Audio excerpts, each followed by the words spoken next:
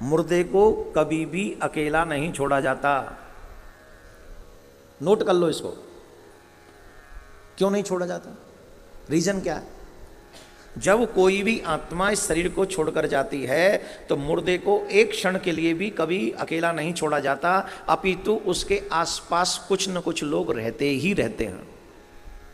उसके पीछे कई रीजन हैं, उनमें से एक दो रीजन मैं आपको बताता हूं। पहला रीजन तो यह है कि जब वो शरीर छोड़ के आत्मा जाती है तो नेगेटिव आत्माएं भी आसपास में संसार में बहुत भटकती रहती हैं।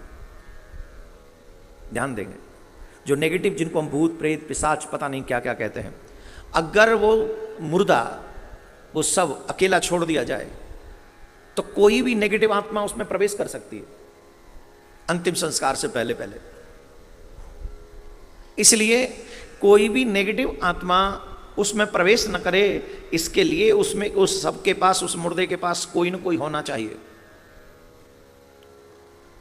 दूसरा रीजन ये भी है कि उस मुर्दे के, उस मतलब जो मरा हुआ शरीर है उसमें से स्मेल आने लग जाती है, इसीलिए कहते। और हाँ, एक और बात जो बहुत लोग गलती कर बैठते हैं, रात्रि में कभी भी अंतिम संस्कार नहीं करना चाहिए। सूर्यास्त के बाद अगर शरीर शांत होता है तो दूसरे दिन तक प्रतीक्षा करनी चाहिए, सूर्योदय तक, और सूर्य उदय होने पर ही उस व्यक्ति का, उस सब का अंतिम संस्कार करना। ये छोटी छोटी चीजें मैं इसलिए बताता हूं जिससे हमारे हर एक सनातनी को ये बातें पता हो।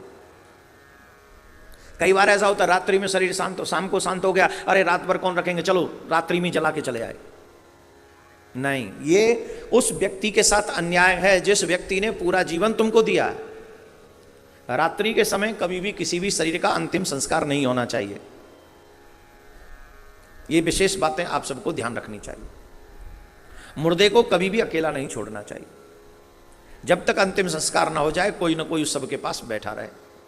दूसरा, मुर्दा कितना शुभ होता है, अगर कोई व्यक्ति किसी कार्य के लिए जा रहा हो और सामने से सब यात्रा आ जाए, किसी का सब जा रहा हो और तुम किसी शुभ कार्य के लिए जा रहे हो, तो कई लोग तो डर जाते हो, माय गॉड अब क्या होगा, मुर्दा आ गया सामने से। ऐसा नहीं, किसी भी शुभ कार्य के लिए अगर आप जा रहे हो और सामने से मुर्दा आ गया तो डेफिनेट ये समझ लेना कि तुम उस कार्य में सफल हो गए।